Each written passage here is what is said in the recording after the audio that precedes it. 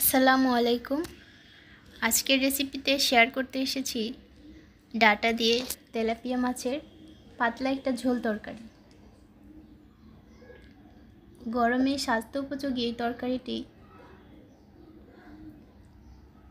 চেষ্টা করেছি খুবই সহজভাবে দেখানোর। তাহলে চলুন পুরো প্রসেসটা দেখে নিচ্ছি। প্রথমে কড়াইতে তেল দিয়ে একটা বড় সাইজের পেঁয়াজ কুচি দিয়ে পেঁয়াজটাকে ভেজে নিচ্ছি। পেঁয়াজটা একটু ভাজা হয়ে গেলে এবার আমি গুঁড়া মশলাগুলো অ্যাড করব। তার আগে সামান্য পানি দিয়ে নিচ্ছি যাতে গুঁড়া মশলাগুলো পুরা না লেগে যায়।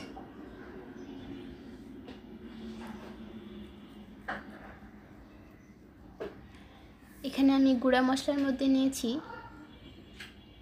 1 টেবিল চামচ মরিচের গুঁড়া, 1/2 টেবিল চামচ ধনিয়া গুঁড়া, লবণ স্বাদ মতো এবং 1/2 টেবিল চামচ হলুদের গুঁড়া। তো গুঁড়া মশলাগুলো পানির সাথে খুব ভালো করে মিশিয়ে 2 মিনিটের মতো মশলাটাকে কষিয়ে নিচ্ছি।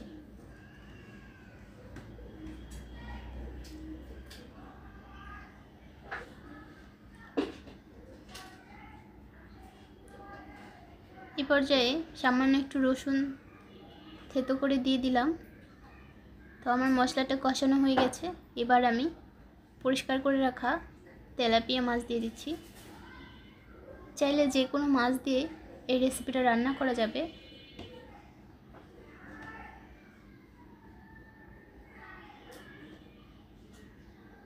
একদমই হালকা তেল মশলায় রান্না করছি। গরমকালে কিন্তু বেশি মশলাযুক্ত খাবার একদমই ভালো লাগে না।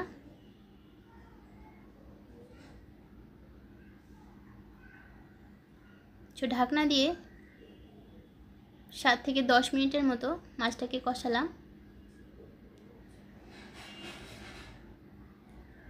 মাছটা কষানো হয়ে গেছে। আমি এবার একটা বাটিতে তুলে নিচ্ছি এবং ওই মশলার মধ্যে দিয়ে দিচ্ছি আলু এবং ডাটা, কিছু কাঁচামরিচও দিয়ে দিলাম। মশলার সাথে খুব ভালো করে নেড়েচেড়ে মিশিয়ে নিচ্ছি।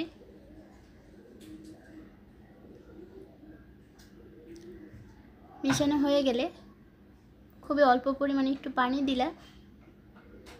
পানিটা দিয়ে ঢাকনা দিয়ে আমি এটাকে রান্না করছি যতক্ষণ না ডাটাটা অর্ধেকটা সিদ্ধ হয়ে আসে। প্রায় 10 মিনিট পরে আমি ঢাকনাটা খুললাম। এ পর্যায়ে আমার ডাটাটা 80% মতো সিদ্ধ হয়েছিল।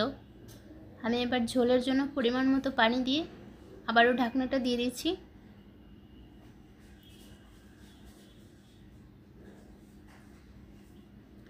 মাঝে মাঝে ঢাকনা খুলে নেড়ে ছেড়ে দিতে হবে।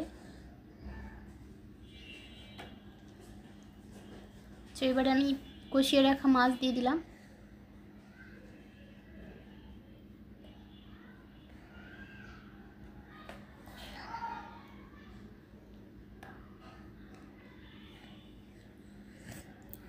একদম শেষ পর্যায়ে আমি এখানে ভাজা জিরার গুঁড়া দিয়ে দিচ্ছি।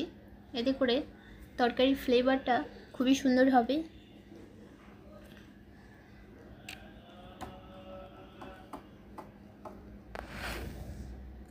এবং আমি চামচ দিয়ে নাড়ছি না, কড়াইটা ধরে একটু দুলিয়ে দিলাম। এতে করে মাছগুলো ভেঙে যাওয়ার কোনো চান্সই থাকবে না।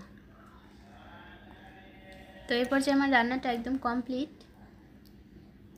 ভালো লাগলে চ্যানেল সাবস্ক্রাইব করবেন। আল্লাহ হাফেজ।